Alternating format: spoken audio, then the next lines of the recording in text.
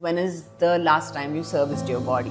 I don't even know what that means. They found a lot of fragmentation there, right? And it's the only molecule that can do this. Yes, in the entire existence and in nature, only molecule that can reach every single part of your body. That's crazy. Because we have an amazing medical care here, but we don't have a system that's actually, if I want to look for my medical records, it's on a WhatsApp, it's on like a paper, it's like somewhere lying around in my desk where I don't know what my care is. Like I have no formal record to show that this is what happens with my health. When someone is looking at this, we're always looking at health as a privilege, period. That does not have anything to do with the number of years you're living. Like it's not the time, it is the... Hi everyone, I'm Anishka. I'm a marketing intern here at H2 House of Health, and this is the co-founder, Miss Udaya, and I'll be asking her a bunch of questions. So before we get into what H2 actually is, can you take us back to the beginning?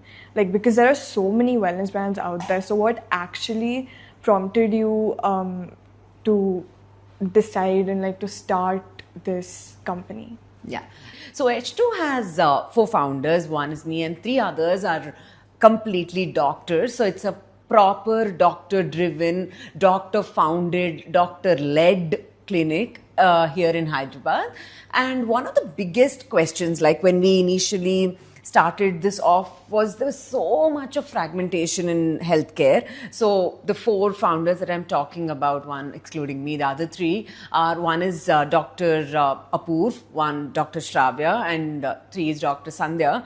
And when Apoorv and Shravya were practicing medicine in the US, they found a lot of fragmentation there, right? So they were like, there's something that is so off about, the system, because we have an amazing medical care here, but we don't have a system that's actually bringing it all together. So it's all fragmented. Like it is, if I want to look for my medical records, it's on a WhatsApp, it's on like a paper, it's like somewhere lying around in my desk or like in my cupboard where I don't know what my care is. Like I have no formal record to show that this is what happens with my health. And the kind of care also, like if there is something that is wrong with somebody today, like say they'd have a fracture, they don't have a space to go. They go directly to the specialist, and the specialist has no idea about any of our personal health, right? Like he doesn't know my history, he doesn't know what is up with my life, he doesn't know what my lifestyle is, or any of that is just so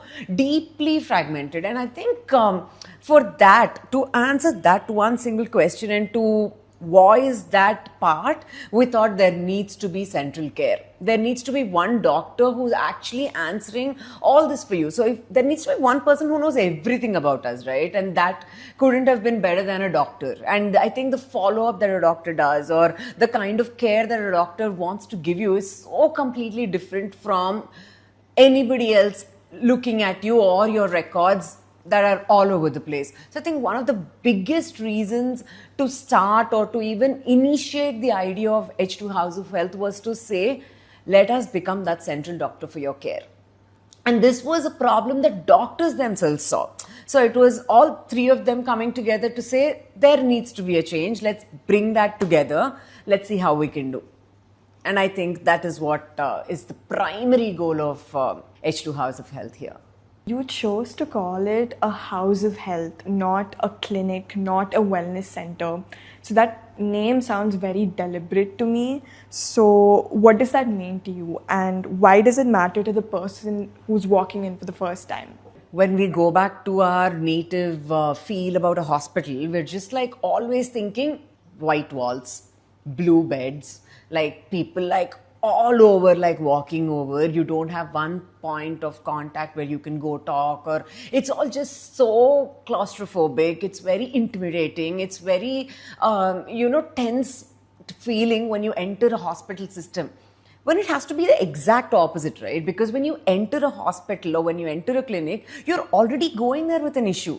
That is how we're looking at clinics. When we enter that space itself, we're already like, oh my God, something is just wrong with us. And we do not want to go there to build that up. We want to go there to get cured or calm that part of whatever is going down, right? So a clinic is natively a very reactive place. Like, it answers your question. You go there after something happens to you, or you find that out after you reach that place.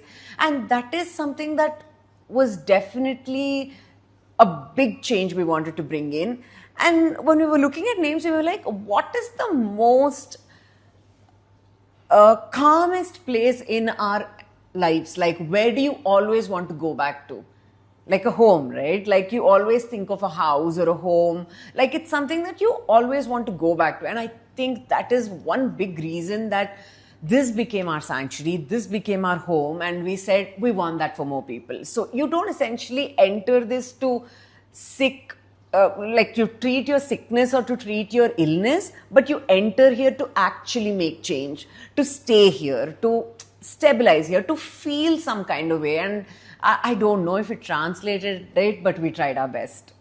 That was the whole point with the whole setup, with the colors, with the space, and I think that was the whole idea. I think it did translate pretty well. Yeah. We're hoping. You told me once that most people only think about their health when something has already gone wrong. So where do you think that habit comes from, and what does it cost people over time?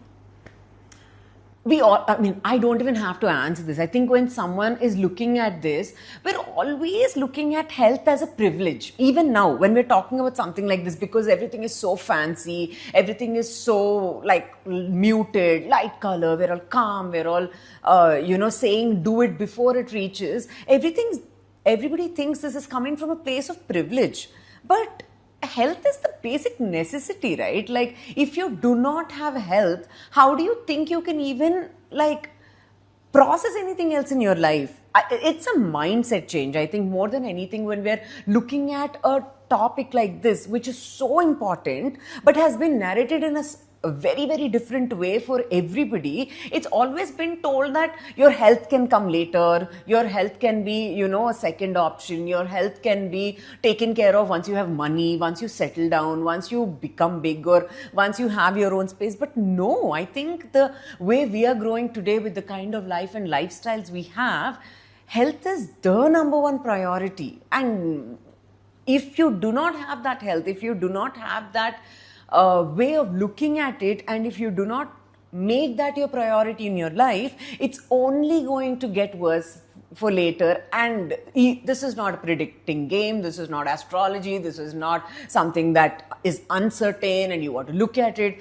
This is something that is surely coming for us. Our health is the only certain thing that we have in our lives, and today we're saying take care of it. We're not saying transform it in ways that you don't understand. Take care of it. Take care of it in the basic ways. Maybe going ahead, we will talk more about how that basic is, what that basic is. But for now, I think the entirety of this whole idea, the way we built this, the way we want to transform changes, is to change your mindset first, to prioritize your healthcare. That makes sense. H2 is built around molecular hydrogen therapy alongside concierge care and diagnostic testing. So for someone hearing that for the first time, how do you explain what that actually is in 1 or 2 sentences without the science getting in the way?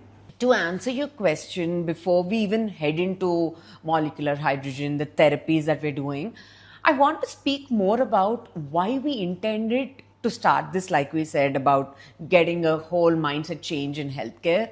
But how do we approach it? How do we get that mindset into people's lives? Was to give them an experience that stays with them. 1, with the space. Number 2, to break that fragmentation and that hurried, rushed hours with a doctor.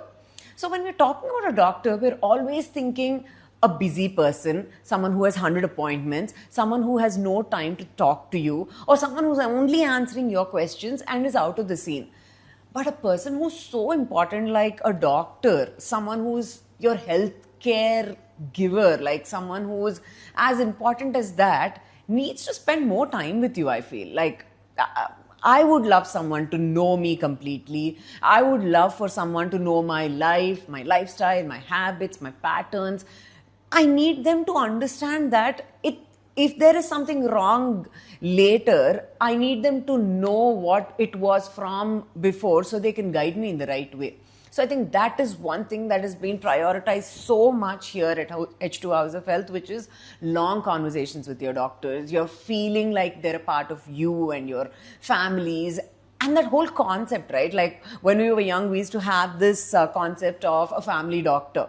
So even if you called him, it would be this one person who knew about you, your dad, your mom, your sister, everybody. And even situations like that, he could easily tell. If you felt sick, he could say, oh, maybe it was because of this that happened last time, or maybe because of this. Or I'm not saying the diagnosis should be based on that, but the deep history taking that is lacking here in India probably is one thing that we definitely wanted to address, and we wanted to become that family doctor for you that got lost in all these specialities all through the way, right? So once we decided we wanted to do that, we wanted to give attention. Like we wanted to give 100% attention to everybody who needs this. So to become that concierge primary health doctor for you meant giving a lot of importance, giving a lot of time, being available when you need it, being available at probably an odd hour at one time. So you know that your physical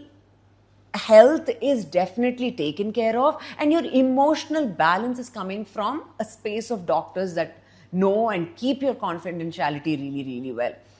And thirdly, when we said we have your concierge, we have your data, we have everything like what you're doing, what your issue is, we wanted to deal this with two ways. One is to make sure we all heard about it, right? Prevention is better than cure. Like it has been on our school boards all our lives, but have we prevented anything? Like now we're, I think, in the downside, in the exact opposite direction of how we're trying to go with health, where prevention just doesn't mean anything to us at this point. Like we're not even working any bit for prevention. So what we're trying to actually do here is to say, set your health goal with us. So it's more like a combination to say, if you don't know what you want with your health, or you don't know if you have any particular condition with your health, we will do that together with you. Can you tell us a little bit more about the therapy? Okay, so when we're introducing primary healthcare and prevention, we wanted to see something that a lot of them took it as a motivation to achieve something in their life. So when we're talking about from a wellness point of view, at this stage in life, I don't think wellness is a luxury anymore. I feel like it is a necessity. Like it is something that you need to take care of yourself to be able to perform better. Period. Like it could be your work, it could be your life, it could be anything, and that does not have anything to do with the number of years you're living. Like it's not the time, it is the health, it is the quality of life you have with you basically. So when we spoke about all this, there were a lot of conditions, mainly chronic conditions, that everybody 90% of Indians are facing, and we all understood that all this is coming from a space of lifestyle. So none of these diseases or none of any of these chronic conditions are coming because of a particular disease that exists, but they're all coming from a space of lifestyle. So we've said if we have so much data that shows that it's all lifestyle, we know that it's chronic, we know that, okay, when we say lifestyle, what are the three lifestyle definitions, right? It all comes down to the food you eat, the movement you have, and the sleep that you get. Like these three are your pillars of how your lifestyle is, like in a nutshell, to show how your lifestyle is. And we said when we're not able to achieve these three, or when we're missing out on these 3 points, if you can fix it, it's actually 3/4 of it is fixated. So if someone actually says it's too expensive or it's too far-fetched, we don't know what you're talking about, we're feeling super healthy already, what are you even addressing, or how do you think this is useful? I would openly challenge people to say, if you really can fix your food habits, your sleep pattern, and your movement, just walk. If you can do these 3 things for say 30 days probably, even to begin as a challenge, you don't need any of these. Like you don't need any of these probably. But because we're already degraded in our health, we're already way past that point that was a red signal already with our lives and lifestyles and food and everything that we already have, our bodies are already probably reacting to something that is not catching up to only those basically. So for that, we understood that the chronic conditions and this have like a linkage, and it's all boiling down to something called inflammation in the body. So when we said there was inflammation in the body, we said, how do we treat it? And then Dr. Apoorv, like the founder here, has worked with a university in Utah, and he's been certified. He's been working with molecular hydrogen therapy for about a year now, and he said, let's bring hydrogen therapy to Hyderabad. So we said, okay, what about hydrogen therapy? What does it do? And we found out that hydrogen therapy is one of the simplest therapies that exists and is a Japanese technology founded in Japan, and it's been a part of their protocols like ICU protocols, and in China as well, has been post-COVID an ICU protocol in China as well, and has been gaining immense traction in the US and Europe and UK, is now coming to India. There are a bunch of clinics doing it here in India as well, and we are the first in South India to have a H2 hydrogen inhalation therapy to be set up here. So what hydrogen therapy essentially does is it basically uses molecular hydrogen to reach the smallest parts or the cellular level repair in your body. So when we talk about a therapy like this, the easiest way to explain it is, how does this work as an analogy? So let's take like a car, right? Like our body is a car, and when we're using this car to go on the roads, what happens? Like it's working, it's being used every day. And how does this get fueled? Like how does this hydrogen get fueled? One good question that we have here is, when is the last time you serviced your body? Do you have an answer for that? I don't even know what that means. So, but even if somebody knows or doesn't, when we had the launch of the clinic, there were so many people who were answering, it's been 6 months we serviced our body, it's been a year since we serviced our body. And we were like, okay, but what about it? Like, what did you do to actually service your body? And they said, we take supplements, we take, like, my diet is on point, I like work out every single day. But we said, that's fuel, right? Like, that's general fuel. Like, you're pouring fuel into the car. So if there's no petrol, how will a car run? Like, if you don't move, how will your body like even go forward? So that's petrol. Like, what about service? They said, I don't think we ever serviced our bodies. So we were like, exactly. That is what molecular hydrogen does to your body. What servicing does to your car, so molecular hydrogen does essentially the same thing to your body. So it's like repairing your parts, it's like re-oiling all your parts in the machine, like deep cleaning the parts, changing your tires if needed, or like just deeply washing every part of it basically. And what hydrogen therapy does, that is the exact same thing, where it goes deeply in, because hydrogen is the smallest molecule available in the world, on earth. It basically finds itself seeping into every single cell into your body, including the blood-brain barrier, and does a cell cycle check. And it's the only molecule that can do this. Yes, in the entire existence and in nature, hydrogen is the smallest molecule, and that is the only reason that it is the only molecule that can reach every single part of your body. That's crazy. Yeah. It's a simple concept. It's a very, very, very simple layman concept. But the way it's executed, the magic of the session, the way it actually works on your body is the beauty. What do you want someone to feel when they walk out of H2 for the first time? Not what you want them to know, but what you actually want them to feel. Light, relaxed, and wanting to come back for more. Like, I think these are three things that actually are missing. Like, our body is missing rest. Our body is missing like a sensation of actually being relaxed. Like wherever we all are so occupied, right, with so many things going on with our minds. If it is teenagers, it's exams, it's like going out, it is like sitting. With people, it's working. With moms, it is working at home. For like teenagers, it is everything else. Everybody is so busy. And of course, I forgot to talk about phones.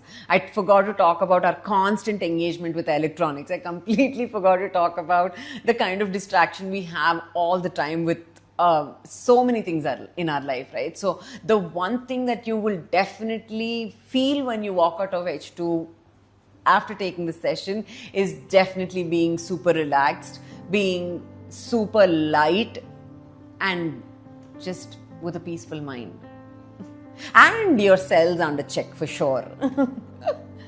Thank you so much for talking to us today. We hope to catch up with you in the next episode. Thank you so much. Bye.